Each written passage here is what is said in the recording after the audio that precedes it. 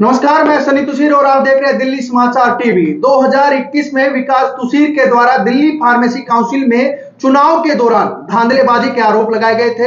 आज हमारे साथ दोबारा फिर विकास तुषीर जी मौजूद है और आज इनसे पूछते हैं कि किस तरीके से इन्होंने जो धांधलीबाजी के जो आरोप लगाए थे, कितने नजदीक वे इन आरोपों को साबित कर पाए। विकास तुषीर जी, कितने आरोपों को आप अभी तक साबित कर पाए हैं जो आपने चुनाव के दौरान दिल्ली फार्मेसी काउंसिल में लगाए थे? सनी जी, जितने आरोप हमने इलेक्शन के बारे में लगाए थे, हम उनको सच साबित करने के बिल्कुल लास्ट पॉइंट पे हैं। Returning officer, registrar Ajay Kumar Sharma और पंकज दादरे, इन सब ने मिलकर साजिश रची और हमें उस साजिश के तहत हराया गया।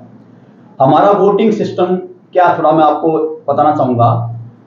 बैलेट पेपर से चुनाव होता है और जो भी बैलेट पेपर होता है वो बाय पोस्ट यानी कि स्पीड पोस्ट से ही चुनाव कार्यालय में पहुंचता है। आरटीआई से मिले जवाब के अनुसार, जो पोस्ट ऑफिस से हमें जवाब मिला है उसके अनुसार टोटल 10,988 वोट चुनाव कार्यालय में पहुंचे।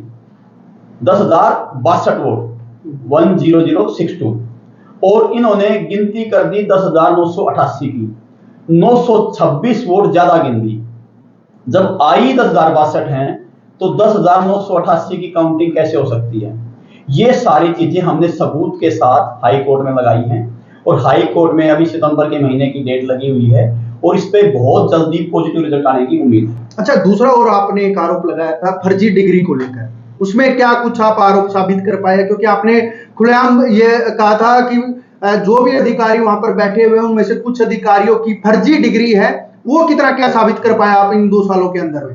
देखो, 3 अधिकारी, Kuldeep Singh registrar Delhi pharmacy council, Ajay Kumar Sharma ex president, Pankaj Dadre ex member Delhi pharmacy council, इन तीनों की भी फार्मा डिग्री नकली है।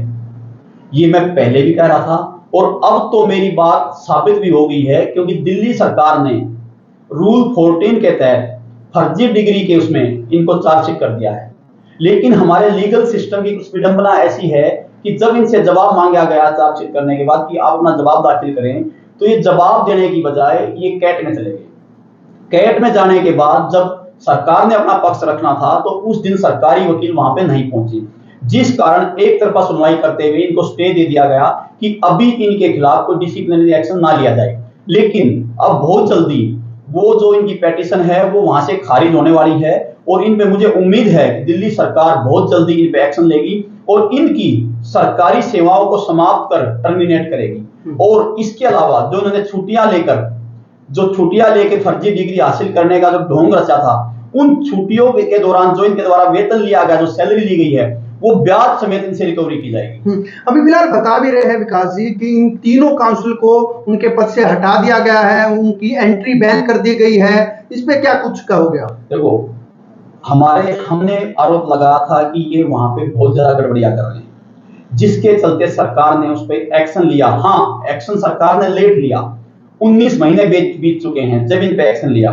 तो क्या एक्शन लिया है? रजिस्ट्रार कुलदीप सिंह को वहां से हटा दिया गया है और बिल्कुल साफ साफ ये कहा गया है कि वो किसी भी काउंसिल की एक्टिविटी में भाग नहीं लेंगे। अगर वो भाग लेंगे तो उनके खिलाफ कार्रवाई की जाएगी। और अजय कुमार शर्मा और पंकज दादरे को चुनाव लड़ने की परमिशन ना लेने के कारण उनकी मेंबरशिप को सस्पेंड कर दिया गया। मतलब अब वो वहां के मेंबर हैं ही नहीं, तो वहां के मेंबर हैं ही नहीं तो वहां पे उनकी एंट्री हो ही नहीं सकती। ये तो बड़ी जीत, कहीं ना कहीं सच्चाई की जीत हुई है। जिस तरीके से आपने 2 साल की लंबी लड़ाई लड़ी है और एक मिसाल के रूप में आज आप बन रहे हो नए युवाओं के लिए, तो जिस तरीके से इन तीनों को हटाया गया है तो कहीं ना कहीं इसमें पीछे आपका ही हाथ रहा है।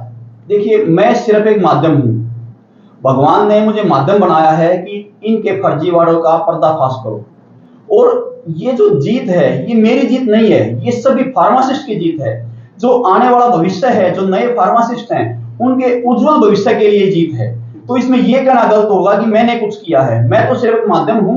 मेरा कर्तव्य बनता था कि मैं इसके खिलाफ आवाज उठाऊं, तो तो मैंने आवाज उठाई। आपने एक और आवाज उठाई थी कि दिल्ली फार्मेसी काउंसिल में इंटरव्यू सिस्टम को बंद कर देना चाहिए। उसमें क्या लगता है कि अभी इंटरव्यू सिस्टम बंद हो चुके हैं या अभी भी इसी तरीके से जारी है? देखिए, मैंने इंटरव्यू सिस्टम बंद करने के लिए इसलिए बोला था कि रजिस्ट्रार ने इंटरव्यू सिस्टम इसलिए लागू किया हुआ ताकि उसको वहां से घूस ले सके।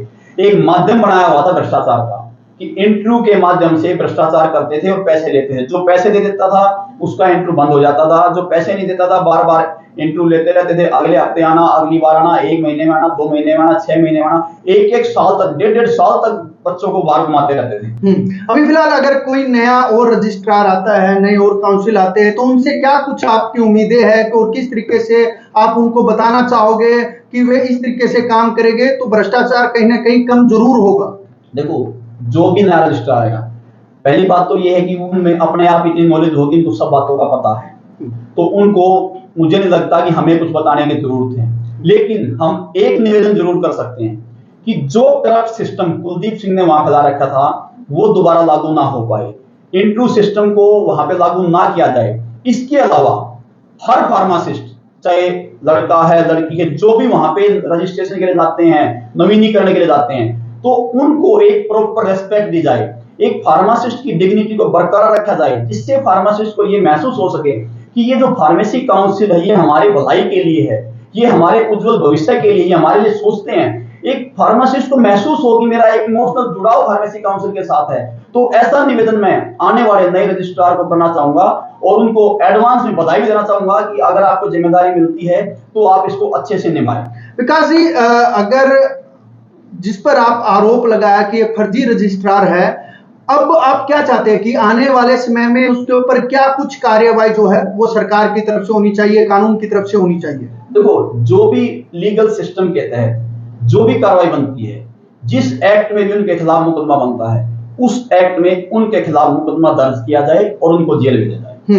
देखिए, विकास जी ने बड़े 2 साल से लड़ाइयां लड़ी है और वो लड़ाइयां सिर्फ उन बच्चों के लिए लड़ी है जो हमारे आने वाली पीढ़ियां है, जो शिक्षित पीढ़ियां है, और वो सिर्फ रिश्वत के चक्कर में वो पीछे रह जाते हैं। और विकास तुसीर ने ये करके दिखाया है कि 2 साल में ये लड़ाइयां लड़ी, वो भी सिर्फ आने वाली पीढ़ियों के लिए, जो पीढ़ियां रात दिन पढ़ती है, शिक्षित होने के बावजूद भी उनको वो डिग्रियां नहीं मिल पाती, और वो सिर्फ रिश्वतखोरी भ्रष्टाचार की वजह से। फिलहाल ये लड़ाई कोई आसान लड़ाई नहीं थी। इस लड़ाई में ना जाने विकास तुसीर को कितनी धमकियां भरी कॉल आई, कितने ऑफर्स आए, लेकिन फिर भी विकास तुसीर जी डगमगाए नहीं और अपनी लड़ाई को और सच्चाई की लड़ाई को उसी तरीके से आगे बढ़ाते रहे। इसके बारे में क्या कुछ कहना चाहोगे? जी संजय जी, जहां तक धमकियों का सवाल है तो लगातार 1.5-2 साल से इनडायरेक्ट धमकियां मैं लगातार सहन कर रहा हूं। किसी न किसी के थ्रू कोई ना कोई बात आती रहती है। कोई कहता है कि मेरी ड्यूटी जेल में है, मेरे संबंध क्रिमिनल से है, मैं ये करा दूंगा वो करा दूंगा। लेकिन मैं ये समझता हूं कि जिंदगी लेना और देना सिर्फ भगवान का काम है, वो भगवान के हाथ में है। इन जैसे करप्ट आदमियों के हाथ में किसी की जिंदगी लेना या देना नहीं है। तो ऐसे आदमियों से मुझे डरने की कोई जरूरत नहीं है। हाँ, उन्होंने अपना काम किया, उन्होंने इनडायरेक्टली धमकियां उनके भिजवाई हैं, लेकिन उससे मुझे कोई फर्क नहीं पड़ता। और उसका कारण ये है कि मैं इस लड़ाई में अकेला नहीं हूँ। बहुत सारे फार्मासिस्ट का मेरे को साथ है।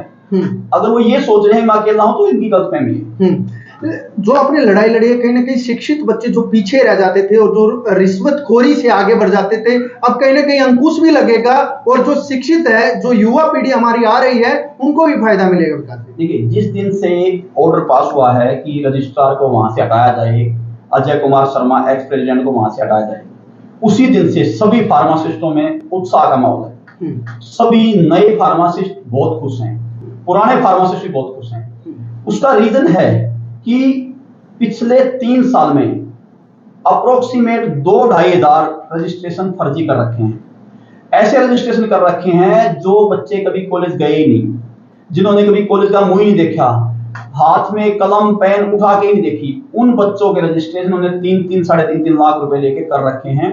और काफी कुछ का रिकॉर्ड मेरे पास है भी। तो बहुत जल्दी इस पर भी एक बड़ी कार्रवाई होने की उम्मीद है। आज के समय में, आज के इस युग में कहीं किसी को किसी चीज से अलावा चीज से मतलब नहीं होता है, लेकिन विकास जी ने 19 महीने की ये लंबी लड़ाई लड़ी और सिर्फ इसलिए लड़ी, ना सिर्फ चुनाव को लेकर, बल्कि जो दिल्ली फार्मेसी काउंसिल में भ्रष्टाचार हो रहा है उसको लेकर भी ये लड़ाई लड़ी और आज कहीं ना कहीं इस लड़ाई में सत्य की जीत बड़ी ही करीब आती जा रही है। लास्ट में क्या कुछ आप युवाओं से कहना चाहते हो, क्या कुछ उन अधिकारियों को बोलना चाहते हो जो इस तरीके से भ्रष्टाचार करके अशिक्षित पीढ़ी को आगे बढ़ा रहे हैं और शिक्षित पीढ़ी पैसे ना होने की वजह से पीछे रह जाती है? देखिए, सबसे पहले तो मैं अपने फार्मासिस्ट भाइयों और बहनों को कहना चाहूंगा कि वो ऐसे किसी भी करप्ट अधिकारी से डरे नहीं, दबे नहीं, सामने आए, क्योंकि इनकी हिम्मत इसलिए बढ़ती है कि हम बोल नहीं पाते, हम सामने नहीं आते, तो सारा सिस्टम जो है हमारे ना बोलने के कारण खराब होता है। तो मैं तो अपने छोटे भाइयों को, छोटी बहनों को, सबको यही कहना चाहूंगा कि ऐसे कोई भी कहीं पे करप्शन है तो उसके खिलाफ आवाज उठाएं। आप नहीं उठा सकते तो आप मेरा साथ दें, मैं आपके लिए आवाज उठाऊंगा। बस लास्ट में यही है, हमारे साथ इस वक्त विकास तुसीर जी मौजूद थे। आज से 19 महीने पहले इन्होंने एक आवाज उठाई थी और ये अपने कभी भी जो सत्य का जो रास्ता था उससे कभी डगमगाए नहीं और उसी पे चलते रहे और आज जीत 2 दिन के करीब है। फिलहाल देखते रहिए सनी तुसीर के साथ दिल्ली समाचार टीवी।